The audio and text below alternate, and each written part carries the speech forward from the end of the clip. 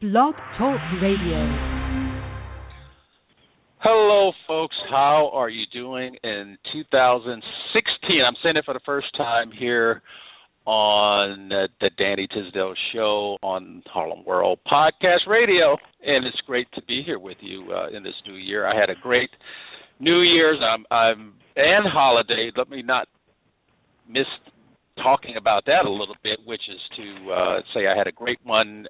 I am even happier here to be with you in this new year, and with new conversation, with new people who are doing great things, and maybe new to us, but not new to our community. So I want to wish you a happy new year, and without further ado, let's get right into it and talk about what's going on in Harlem. And of course, it's fabulous 46 sunny degrees, and as we usually do, talk about what's trending on the site. And of course, the site we're talking about is harlemworldmag.com, and we posted something a few days ago regarding Mark Levin, our city council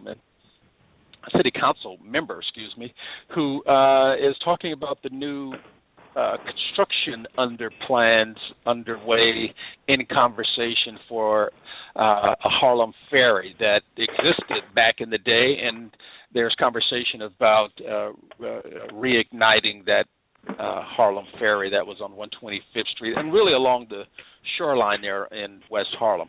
Also, we want to talk about a new event that's going to be a Black Leaders in the Arts conversation, and that's sponsored by Dance NYC. You can go to the site and check that out. You'll hear more about that. That's in February, so there's a little time where we can inform you more about that. We have the first forum regarding the seat, the 13th district seat, that is Congressman Rangel's seat, and he is not running for the next congressional seat, and we have a forum with those who are running for that seat coming up very, very soon. Go to the site at harlemworldmag.com and check it out. You can also, of course, hit us up at twitter.com/HWMag, and of course on Facebook, if I can say it, on Facebook at facebook.com/HWMag. And as usual, and of course in 2016, you can, of course, go to our Facebook page and check out our Harlem History page, which as it was last year and this year is our fastest growing Facebook page, and I am extremely happy. And if you could see me, you'd see this big smile on my face because we have Vivienne La Borde, who is the new Government and Community Engagement Director at the Lincoln Center Performing Arts. Ms. La Borde holds a Juris Doctorate from University of Pennsylvania Law School. She also has a Bachelor of Arts in Political Science from Emory University. She is on the board of the Congressional Black Caucus Foundation. I think I got that right. And yes, we just wanted to welcome her. Thank you, Vivienne La Borde, for being here with us. Thank you so much, Danny. It's good to be here. I appreciate you welcoming me to your program. Well, and I want to welcome you to the program, and if you haven't been welcomed to Harlem, we want to welcome you to Harlem. But I think you have, because you've been working in Harlem for a number of years. But before we even get there, though, Vivienne, I want to wish you a Happy New Year, and Happy New Year that to you too, had Danny. a great, thank you, and hope that you had a great holiday. So did you get the Rolls Royce with the driver that you wanted from the Lincoln Center? Is that what you wanted for? Oh, maybe not. Okay. Day. We're not quite there yet, Danny. And I'll just wave at you as you go by, But you had a great not holiday. Not quite and a how great I'm rolling yet. Not yet. Listeners, did you hear that? She said yet. We can always pray. I hear you. Okay. Keep prayer and hope alive, like Jesse would say. Right. But you had a good holiday and New Year's. It was good. I have a 3-year-old, and so this was the first Christmas where she seems to be getting it, the whole, Santa Claus thing. So it was a lot of fun, kind of introducing her to that whole concept. And fantastic. Christmas in New York is always a pleasure. So it went by way too fast, though. I will say that. As always. Well, thank you for being with us again. And in that description, I guess I should have mentioned the word mom. But Okay. We know moms wear tons of hats, and you Yes. seem to be doing it in a great way. But I wanted to get right into the work that you're doing, Vivienne. So, what exactly do you do as Government and Community Engagement Director for the Lincoln Center? Well, a large part of what I do is advocate on behalf of Lincoln Center for public support of our community programs, which, under the leadership of our new president, Jed Bernstein, we've expanded so that we're sharing the performing arts with even more New Yorkers, especially those who don't regularly come to the Upper West Side. We have an exciting range of programs that are involving us more deeply in the life of the community, and there are many. But there are four in particular that I thought I'd tell you about today and your listeners. Fabulous. For example, through BoroughLink, it's one of our newest initiatives through which we and each of our resident organizations at Lincoln Center, from Jazz at Lincoln Center to the Met Opera to the New York City Ballet, we're all coming into communities throughout the 5 boroughs, and we're partnering with local artists in each of those communities and organizations there, community organizations there, to engage families in free interactive arts workshops. So, one week you'll see the Jazz at Lincoln Center Orchestra bringing America's music right into people's neighborhoods, and another week you may see the New York City Ballet teaching dance classes. So it's a wonderful, exciting new program where we're just taking what it is we do off of our campus and meeting people where they regularly meet and gather. Another of our programs is called Poet Link. And through that program, we've partnered with Urban Word and the New York City Poet Laureate Program to encourage student literacy. We're giving teens from throughout the city, a number of which have come from Harlem, a constructive way to have their voices heard through spoken word, both on stages in their own communities and in stages at Lincoln Center. Some of our poets are even court-involved youth that we work with through a partnership that we have with the Passages Academy. And we also have another program called Family Link that I thought I'd tell you about.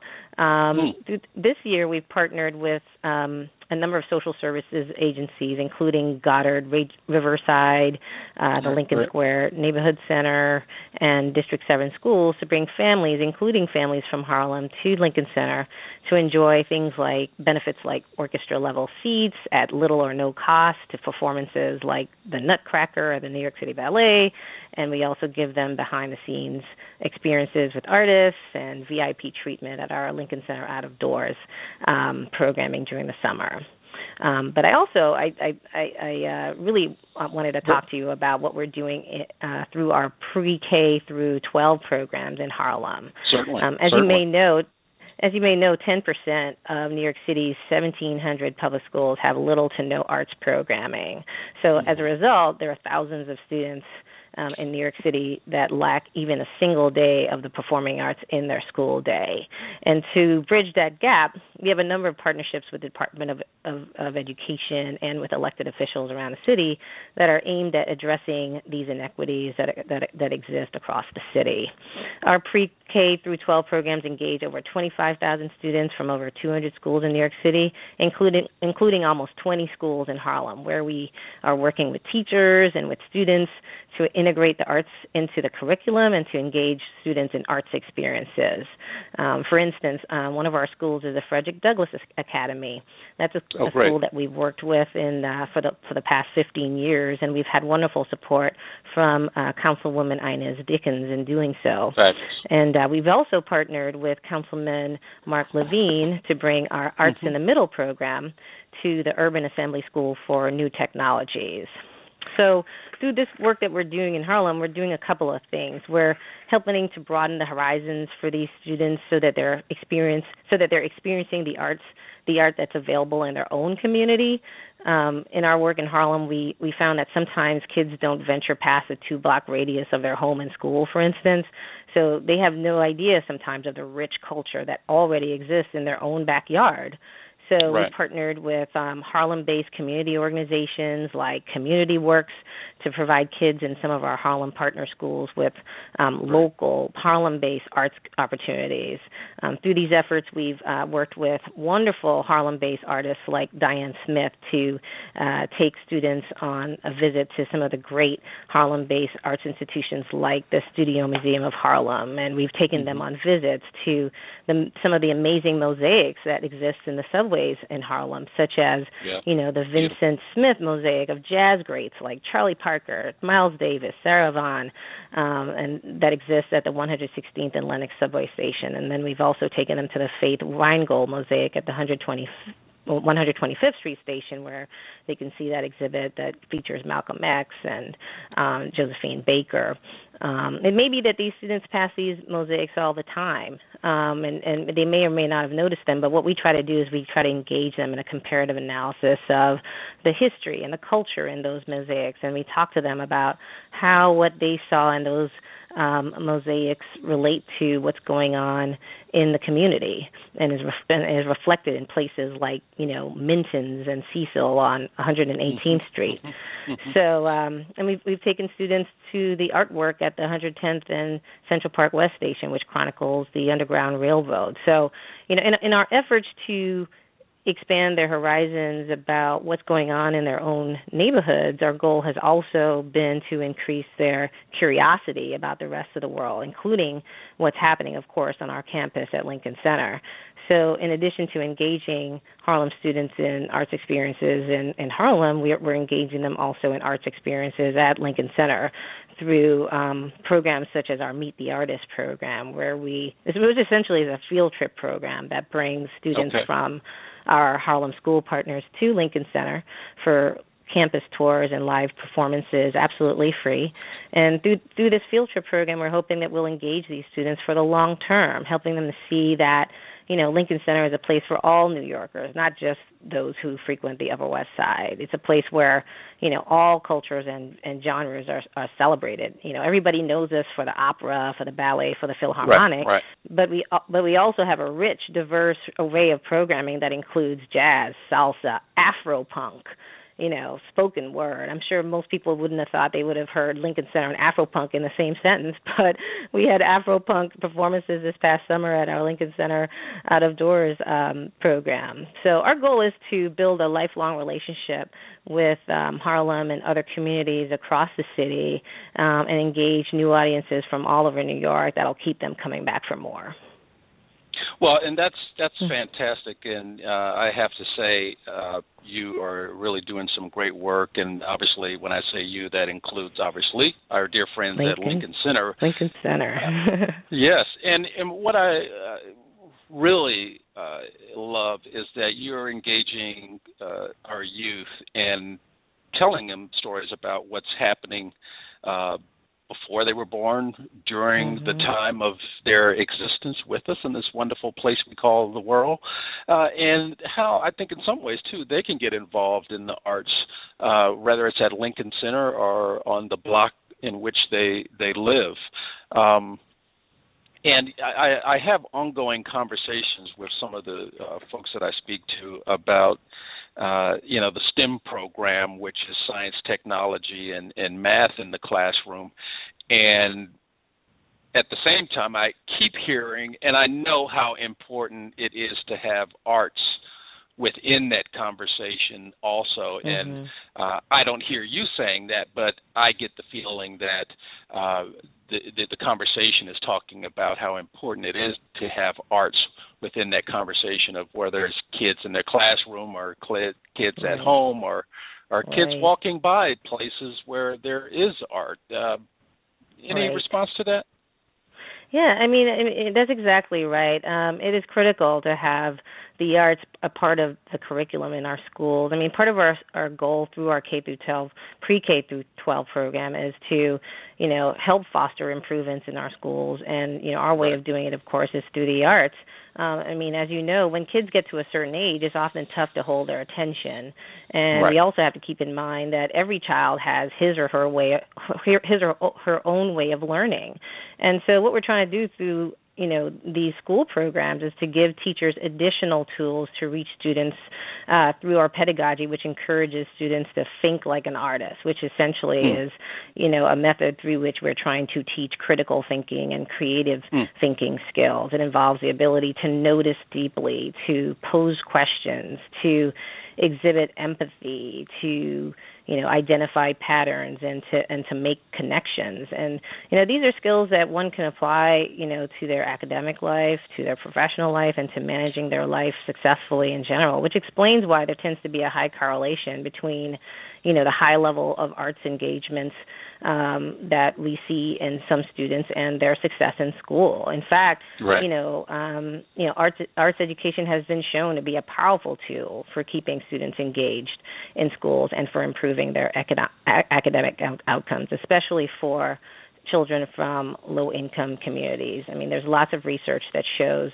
that students from low-income families who had arts-rich experiences in high school were 5 times more likely to graduate than low-income students with little arts experience. So it seems as though high levels of arts engagement, is obviously correlated with helping socially and economically disadvantaged students do well in school, enroll and achieve in college, and even participate in school. So it is critical because of these types of thinking skills and creative skills, particularly in this new digital age. Creative thinking skills has just become so important.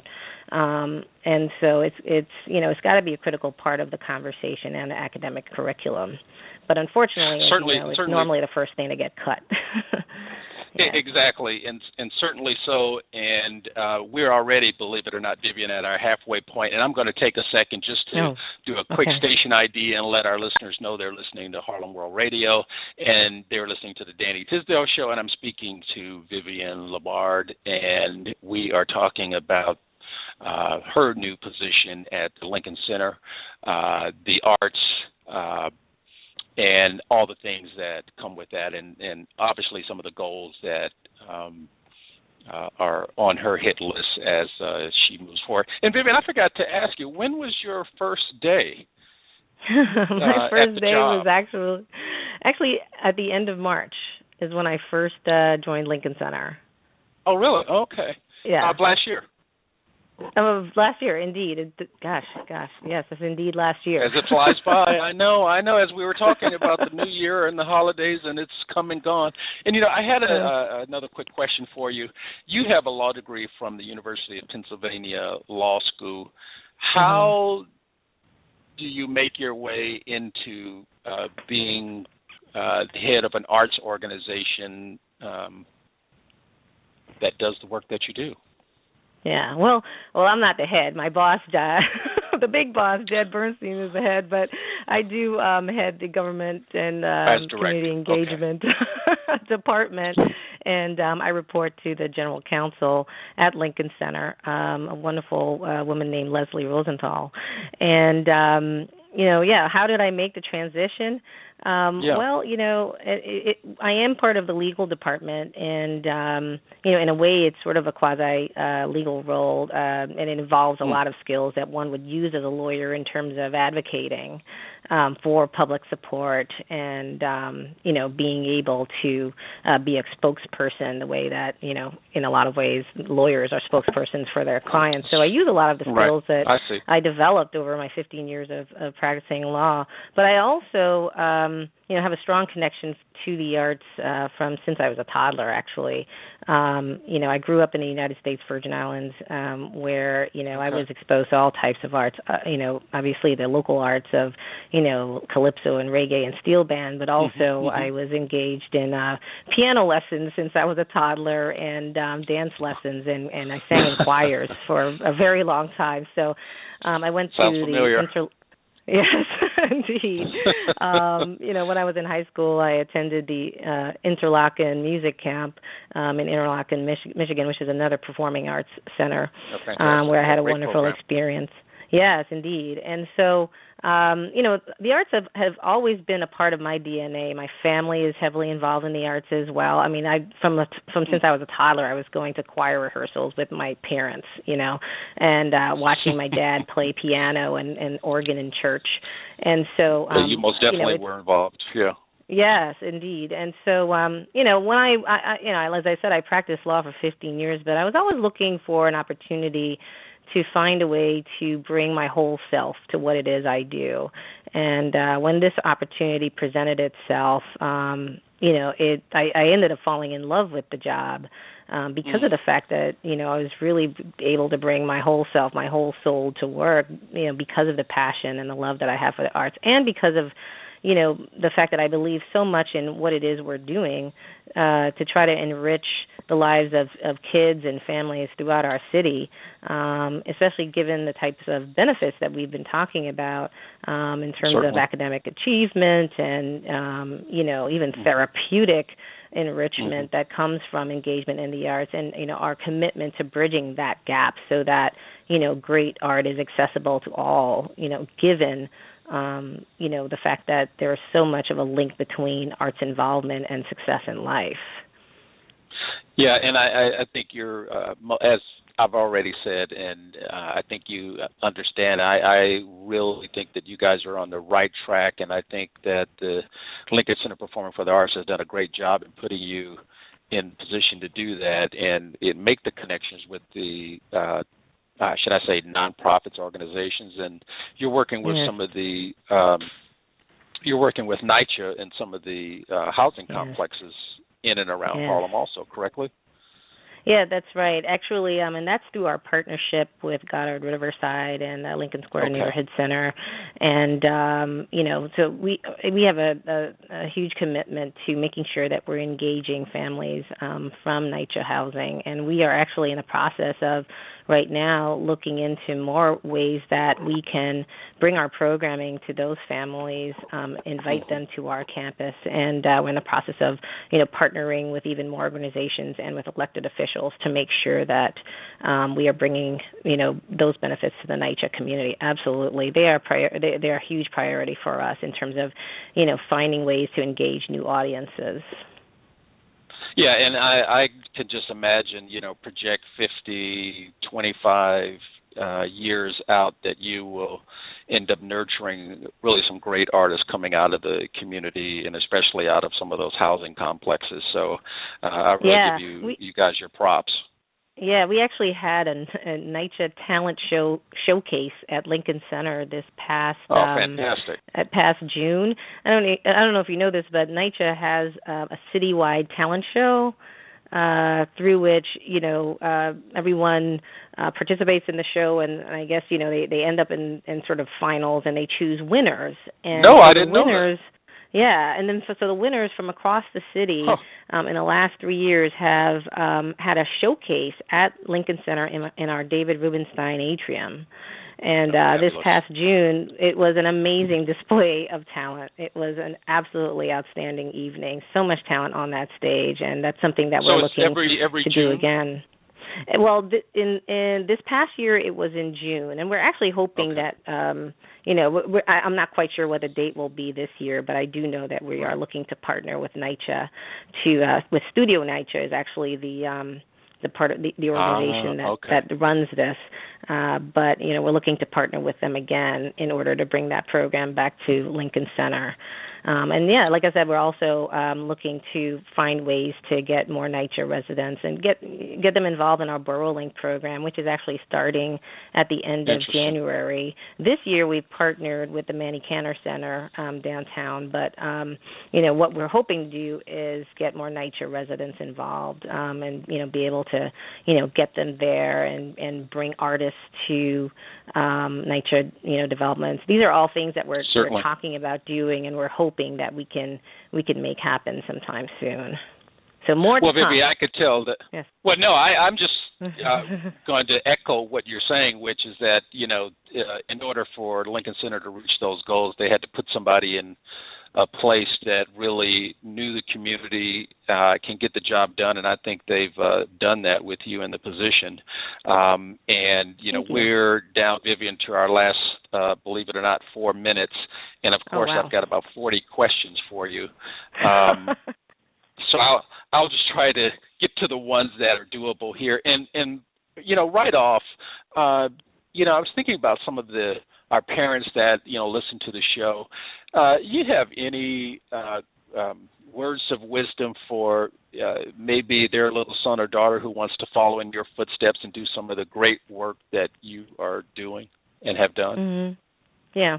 Well, I guess maybe one might expect that I would say this, but the arts, as I said, has been a part of my life, pretty much all my life, and I didn't realize it at the time, but my ability to excel in undergrad and in law school, and eventually to do well enough in law school to transition to a top firm, law firm in this country, and gain the amazing legal skills that I was able to get there, and transition to a place like Lincoln Center. I had no idea how my the high level involvement that I've always had in the arts played a part in that. Interesting. But I would say I understand now in terms of learning to think critically and learning to think creatively, and so finding ways to involve your children in the arts. And there are lots of ways to do so that are absolutely free at places like Lincoln Center and at our resident organizations around our campus. And so I would say if you could find a way to engage your children in the arts and don't try to miss that step, that would go a long way. Well, certainly so, and I know as a mom, I know that you're going to be on a mission to do that, probably with your own, and especially with the kids that you work with. And let me just take one quick second, Vivienne, and we have 2 minutes left, and I'm just going to give you the two questions that I have, and let you run with it. How can our listeners, some of the organizations, some of the companies that are listening to the show and hearing us speak right now or later, through what we post on the site, can they help you do what you do if you need any help? And the last question is, can you give the contact information, website links if people want to get in contact, maybe not specifically with you, but get in contact and help? As you said, you might need help in having some of those programs come to where they are or help you in doing that. Right. No.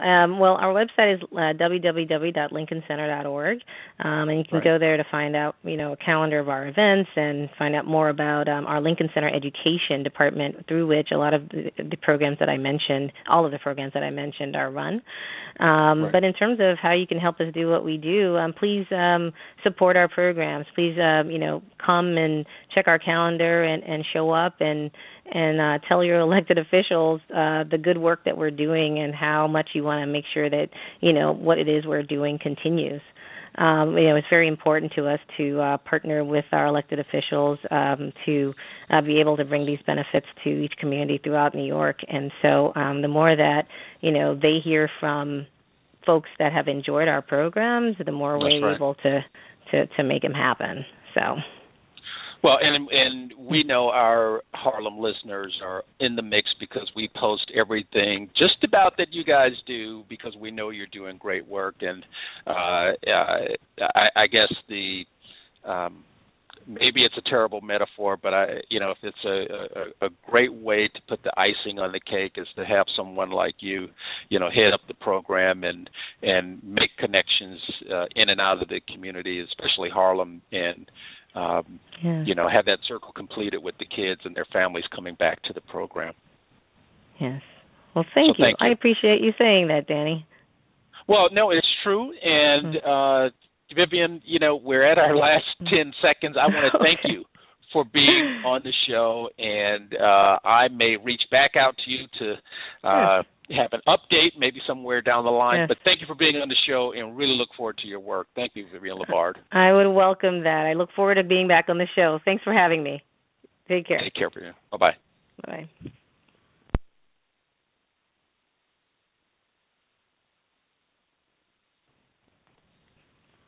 Spring, it's finally here. Time to clean things up and get back on target. Cabela's Spring Great Outdoor Days. Family events, amazing deals. Your one stop before the range. Save over 20% on PMC 223 rifle ammo. Get $40 off Federal 5.56 bulk ammo. And $75 off Smith & Wesson M&P Shield pistols. Plus, find more great deals on over 20,000 items throughout the store.